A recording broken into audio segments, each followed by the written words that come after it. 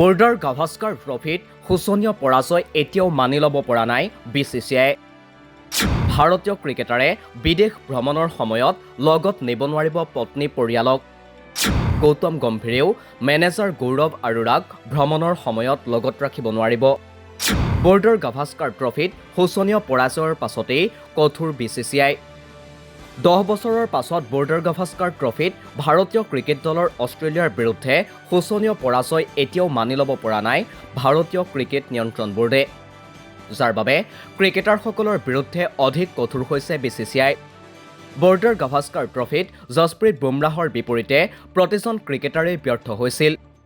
বিশেষকৈ বেটিঙত ব্যৰ্থ হয় প্ৰতিগৰাকী বেটছমেন, যাৰ বাবে বৰ্ডাৰ গাভাস্কাৰ ট্ৰফীত 1-3 ব্যৱধানত অষ্ট্ৰেলিয়াৰ বিৰুদ্ধে পৰাজিত হয় ভাৰত।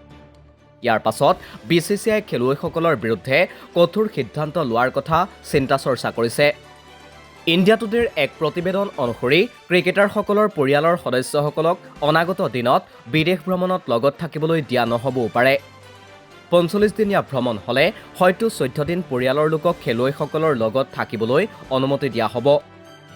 কিয়নো বিদেশ ভ্ৰমণৰ সময়ত সততে দেখা যায় যে ৰোহিত শৰ্মাৰ পত্নী ঋতিকা সাজদেহৰ, বিৰাট কোহলিৰ পত্নী অনুষ্কা শৰ্মা, KL ৰাহুলৰ পত্নী আথিয়া চেত্ৰীৰ লগতে অন্যান্য খেলুৱৈসকলৰ পৰিয়ালৰ লোক ভাৰতীয় দলটোক সমৰ্থন তথা উৎসাহিত কৰিবলৈ ষ্টেডিয়ামত উপস্থিত থাকে। ইয়াৰ লগতে অষ্ট্ৰেলিয়া ভ্ৰমণৰ সময়ত বহু জ্যেষ্ঠ খেলুৱৈয়ে নিজা গাড়ীৰে যাত্ৰা কৰাও দেখা গৈছিল। এতিয়াৰ পৰা কোনো খেলুৱৈয়ে নিজা গাড়ীৰে যাত্ৰা কৰিব নোৱাৰিব, দলৰ বাছেৰে যাত্ৰা কৰিব লাগিব প্ৰতিজন খেলুৱৈয়ে।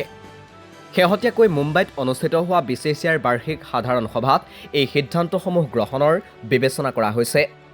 আনহাতে ভাৰতীয় দলৰ মুখ্য প্ৰশিক্ষক গৌতম গম্ভীৰৰ বিৰুদ্ধেও কঠোৰ সিদ্ধান্ত গ্ৰহণ কৰিছে BCCI।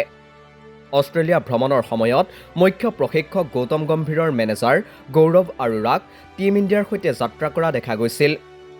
এতিয়াৰে পৰা ভাৰতীয় খেলুৱৈসকল থকা হোটেলত থাকিবলৈ দিয়া নহ'ব গৌৰৱ আৰোৰাকো।